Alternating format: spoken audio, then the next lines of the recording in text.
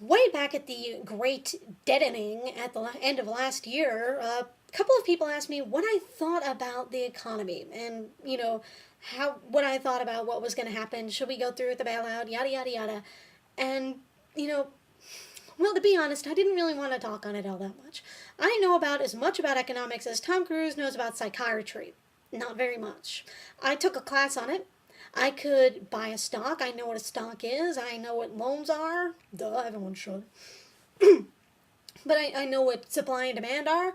I could basically take care of myself financially if I had to. And I am going to have to someday.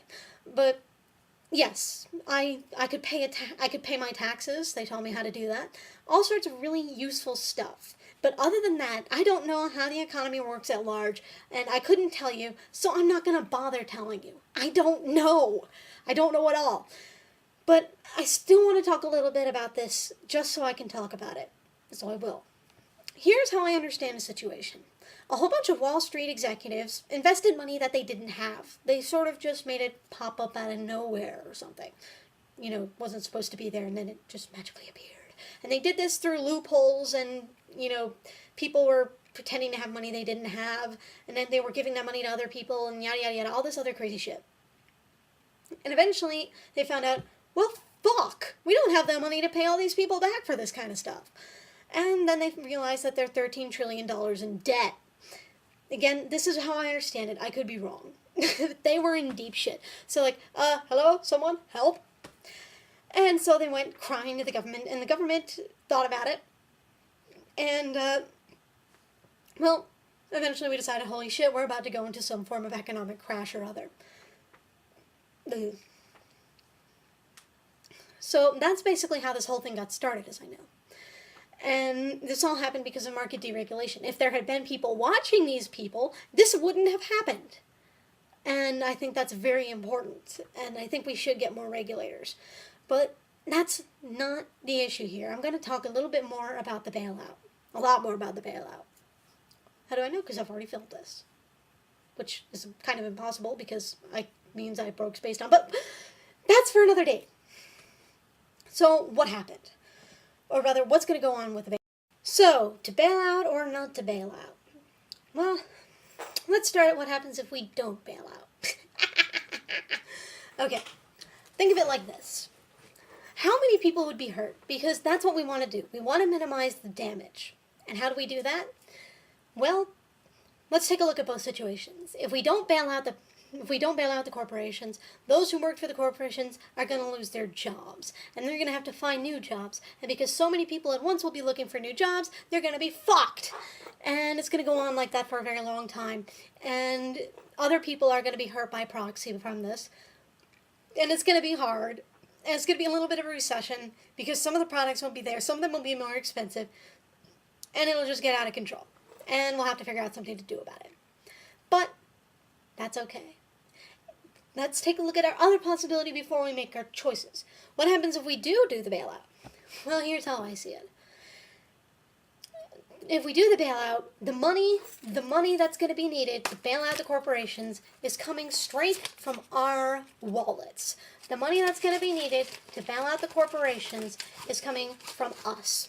That means I'm going to be paying it, you're going to be paying it, my mom and dad are going to be paying it, everyone I know is going to be paying it, everyone in the state, everyone in the country, that one guy I really don't like in Florida, everyone who pays taxes is going to be paying for that. And what does that mean? Well, for most people, that's probably going to be okay, because they're not in any real danger. But for some people, they're on this sort of cusp, sort of edge. And what happens to them is however hard or little they work, however much they manage to scratch up, they're only able to get just enough to keep themselves and anyone who depends on them, like children or their retarded siblings or whatever, themselves and whoever they depend on, or depends on them rather, just enough to take care of them. If they have to pay more taxes, which they will if there's a bailout, they have to pay more taxes. Then they're going to be falling off that cusp. Maybe they won't be able to afford the rent. Maybe they won't be able to afford to take care of their retarded brothers. They'll have to stuff them in the back in a dumpster. Who knows? They'll have to give up some stuff. They may have to take their kids out of school if they're paying tuition. Who knows? But either way, these people are going to be in trouble because they're going to be losing a lot of money. And they're going to be eventually going into bankruptcy themselves. And when that happens, well, corporations can go into bankruptcy too, of course, as we well know. So what happens to them? Well, people won't be buying products from them because they'll be a little bit more savory on their money. Corporations will start raising the prices of their money, probably, I don't know. And eventually, they won't be getting shit. No one will be getting anything. And some corporations who do, I don't know, maybe they sell video games, just because video games are it's the first thing that I can think of that a lot of people think are unimportant in times of economic crisis, they're going to fall off to the wayside and just sort of fizzle out and go into bankruptcy themselves. And then those people are going to be screwed. And then once those people are screwed, the people connected to them are going to be screwed. And it's just going to be one big whole screwing festival now, isn't it? It'll be a whole new Great Depression. And that's bad, as I'm pretty sure we're all aware. So that narrows your choices down. Again, this is the way I see it. I don't know very much about economics, but this is what I understand is going to happen. So, but there's also something wrong morally, I think, with bailing out the companies. And for me, we're basically letting these guys who fucked us over with the world's largest financial dildo sail away on their little yachts, letting them get away scot-free without having to pay for their fuck-ups. And I don't like that.